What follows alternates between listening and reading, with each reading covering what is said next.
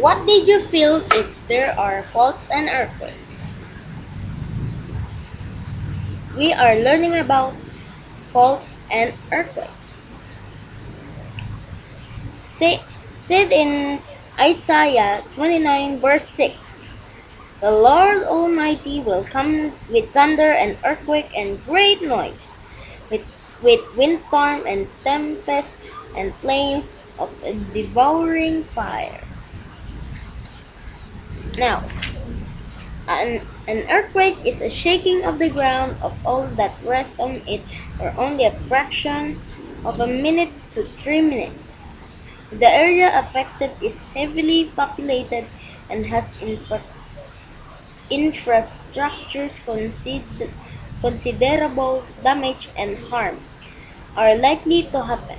Earthquakes may cause a portion of the Earth's surface to sink, rise, open up, or be displaced. It is generated by the movement of massive blocks and of rocks along a fault. This lesson will explain and discuss further the tectonic forces that shape and construct the Earth's surface and how earthquakes are caused mainly by several types of faulting and faulting. What is a fault?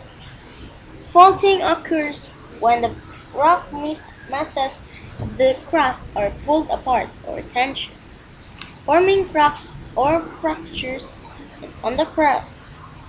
The pressure created by the tremendous weight and movements of plates is caused by convection currents set in the mantle.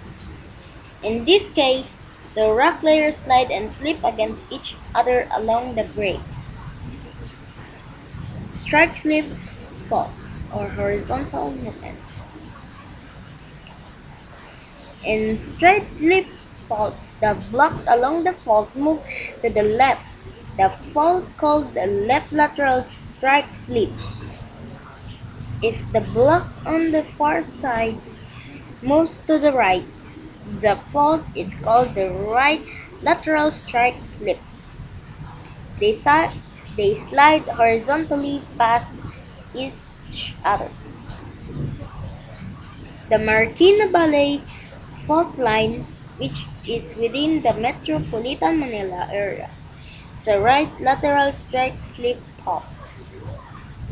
Deep slip faults. In these deep slip faults, the blocks move up or down. They move vertically past each other.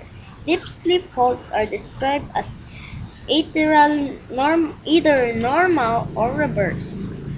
If if the block above the fault moves down the block below it, the fault is called the normal fault. If the block above the fault moves of the block below the fault, it is called reverse fault or thrust fault.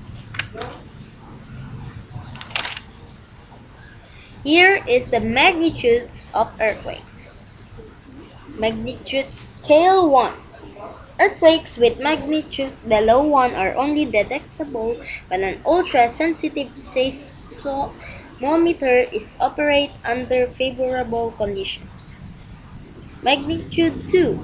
Most earthquakes with magnitude below 3 are the hardly perceptible shocks and are not felt.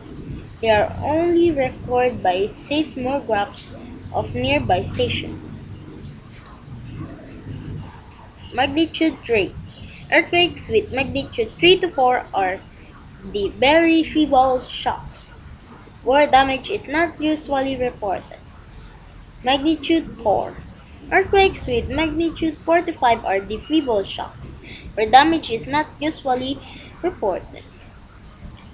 Magnitude 5.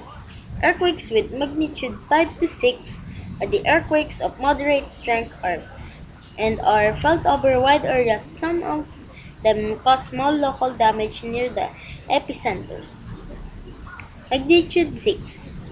Earthquakes with magnitude 6 to 7 are the strong earthquakes and are accompanied by local damage near the epicenters.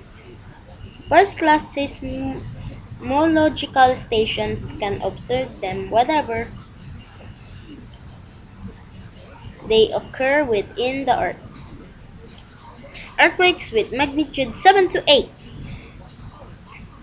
are the major earthquakes and can cause considerable damage near the epicenters. Shallow seated or near surface major earthquakes, when they occur under the sea, may generate tsunamis.